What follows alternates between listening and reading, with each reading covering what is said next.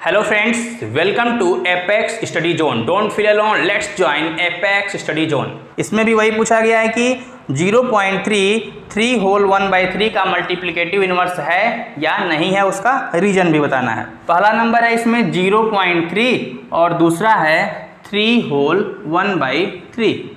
तो दोनों का मल्टीप्लाई करके चेक करेंगे। अगर 1 आ गया तो मल्टीप्लिकेटिव इनवर्स होगा, अगर 1 नहीं आया तो मल्टीप्लिकेटिव इनवर्स नहीं होगा। तो 0.3 को हम लोग 3/10 भी लिख सकते हैं। और अब हम लोग बताएंगे इसका मल्टीप्लाई करके कि अगर 1 आ गया तो मल्टीप्लिकेटिव इनवर्स होगा और अगर 1 नहीं आया तो मल्टीप्लिकेटिव इनवर्स नहीं होगा। तो यहाँ पर 3/10 का मल्टीप्लाई करेंगे 3 होल 1/3 से। तो 3/10 मल्टीप्लाइड बाई, यहाँ पर 3 और 3 का मल्टीप्लाई होगा 9 और बाद में 1 ऐड करेंगे तो 10/3। तो 10 से 10 कैंसिल, 3 से 3 कैंसिल, आ गया यहाँ पर 1। यानी कि दोनों के मल्टीप्लिकेशन से हमें 1 मिल गया। यानी कि यहाँ पर हम ये बोल सकते हैं कि 3/10 3 होल 1/3 का मल्टीप्लिकेटिव इनवर्स है। और इसका रीजन यही है कि इन दोनों के मल्टीप्लिकेशन से हमें यहाँ पर 1 मिल रहा है। क्वेश्चन नंबर 10 में 3 पार्ट है। पहले पार्ट में पूछा गया है the rational number that does not have a reciprocal. एक ऐसा रेशनल नंबर बताना है जिसका कोई भी रेसिप्रोकल नहीं होता है। तो हमने आपको पहले भी बताया था कि 0 एक ऐसा नंबर है जिसका रेसिप्रोकल नहीं होता है। क्योंकि अगर हम लोग 0 का रेसिप्रोकल लिखेंगे तो 0 का मतलब क्या होता है, 0 को हम लोग 0/1 लिख सकते हैं, 0 को 0/1 लिख सकते हैं। और अगर इसका रेसिप्रोकल लिखने की कोशिश करेंगे तो क्या लिखना पड़ेगा, 1/0। और यहाँ पर डिनोमिनेटर में 0 आ गया। जब भी डिनोमिनेटर में 0 आ गया तो ये अनडिफाइंड हो जाता है। यानी कि 0 का कोई भी रेसिप्रोकल नहीं होता है। जब भी हम लोग इसका रेसिप्रोकल लिखने की कोशिश करते हैं तो यहाँ पर अनडिफाइंड नंबर मिल जाता है। सेकेंड पार्ट में क्या पूछा गया है, सेकेंड में है the rational numbers that are equal to their reciprocals. ये भी क्वेश्चन हम पहले भी आपको बता चुके हैं। यानी कि हमको इस क्वेश्चन में ये बताना है कि ऐसे रेशनल नंबर्स जो अपने रेसिप्रोकल के ही इक्वल होते हैं। तो ऐसे 2 नंबर्स हैं 1 और -1। 1 एक ऐसा नंबर है जिसका रेसिप्रोकल 1 होता है और -1 भी एक ऐसा नंबर है जिसका रेसिप्रोकल -1 होता है। तीसरे पार्ट में पूछा गया है the rational number that is equal to its negative. हमको इसमें एक ऐसा रेशनल नंबर बताना है जो अपने निगेटिव के इक्वल हो। तो ऐसा बस एक ही केस में पॉसिबल है, 0 के केस में। 0 के अलावा अगर हम लोग कोई भी नंबर लेते हैं, जैसे कि अगर हम लोग 5 लें तो 5 का अगर निगेटिव की बात करें तो 5 का निगेटिव -5 होगा। अगर हम लोग 1 ले लें, 1 का निगेटिव -1 होगा। अगर हम लोग 3/5 ले लें तो इसका निगेटिव -3/5 होगा। और ये दोनों आपस में कभी भी इक्वल नहीं हो सकते। 5 अलग है और -5 अलग है, 1 अलग नंबर है और -1 अलग नंबर है, 3/5 अलग नंबर है और -3/5 अलग नंबर है।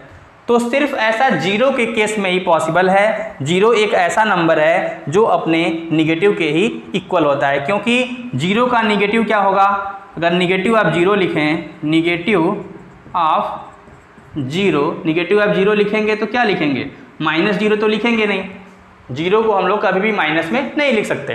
तो इसका 0 का निगेटिव 0 ही होता है। तो 0 का निगेटिव 0। क्वेश्चन नंबर 11 में फिल इन द ब्लैंक्स है और इसके पहले पार्ट में पूछा गया है 0 हैज़ डैश रेसिप्रोकल। तो पहले पार्ट का आंसर क्या होगा, 0 has no reciprocal. 0 has no reciprocal, क्योंकि हमने आपको बताया था कि 0 का रेसिप्रोकल अगर लिखने की कोशिश करेंगे तो 1/0 लिखना पड़ेगा, जबकि 1/0 अनडिफाइंड होता है। तो 0 has no reciprocal. Second part में क्या पूछा है, सेकेंड पार्ट में पूछा गया है the numbers dash and dash are their own reciprocals. तो अभी हमने आपको क्वेश्चन नंबर 10 में ही बताया था कि 1 और -1 ऐसे 2 नंबर्स होते हैं जो खुद के ही रेसिप्रोकल होते हैं। तो सेकेंड पार्ट का आंसर क्या होगा, 1 and -1, 1 and -1। तीसरे पार्ट में पूछा गया है द रेसिप्रोकल ऑफ -5। तो -5 को हम लोग लिख सकते हैं -5/1 -5/1 और -5/1 का रेसिप्रोकल होगा -1/5। तो तीसरे का आंसर होगा -1/5। चौथे पार्ट में पूछा गया है reciprocal of 1/x where x is not equal to 0। तो हमको बताना है 1/x का रेसिप्रोकल जहां पर x 0 के इक्वल नहीं है। तो 1/x इसका रेसिप्रोकल क्या होगा x/1। x/1 का मतलब होता है x, यानी कि चौथे पार्ट का आंसर होगा x। और यहाँ पर इस क्वेश्चन में x is not equal to 0 क्यों दिया हुआ है? x is not equal to 0 इसका क्या मतलब है? क्योंकि यहाँ पर 1/x लिखा हुआ है। 1/x अगर x 0 हो जाता तो ये होता 1/0। ये क्या बन जाता? x अगर 0 होगा तो ये बन जाएगा 1/0। और हमने आपको बताया है कि 1/0 अनडिफाइंड नंबर है, इसीलिए यहाँ पर क्वेश्चन में दिया हुआ है कि x 0 के बराबर नहीं हो सकता। पांचवें पार्ट में पूछा गया है the product of two rational numbers is always a rational number. दो रेशनल नंबर का अगर हम लोग मल्टीप्लाई करते हैं तो हमेशा हमें एक रेशनल नंबर ही मिलता है। हमने इसके बारे में आपको क्लोजर प्रॉपर्टी बताते समय बताया था। तो पांचवें का आंसर होगा rational number. Rational number. Last part में पूछा गया है the reciprocal of a positive rational number is always positive. तो इसका आंसर क्या होगा? The reciprocal of a positive rational number is positive. कोई भी पॉजिटिव रेशनल नंबर का रेसिप्रोकल हमेशा पॉजिटिव ही होगा। जैसे कि मान लीजिए अगर 3/5 है तो इसका रेसिप्रोकल क्या होगा? 5/3 ही तो होगा। अगर इसमें कहीं पर भी माइनस साइन नहीं है तो इसके रेसिप्रोकल में भी माइनस साइन नहीं आएगा।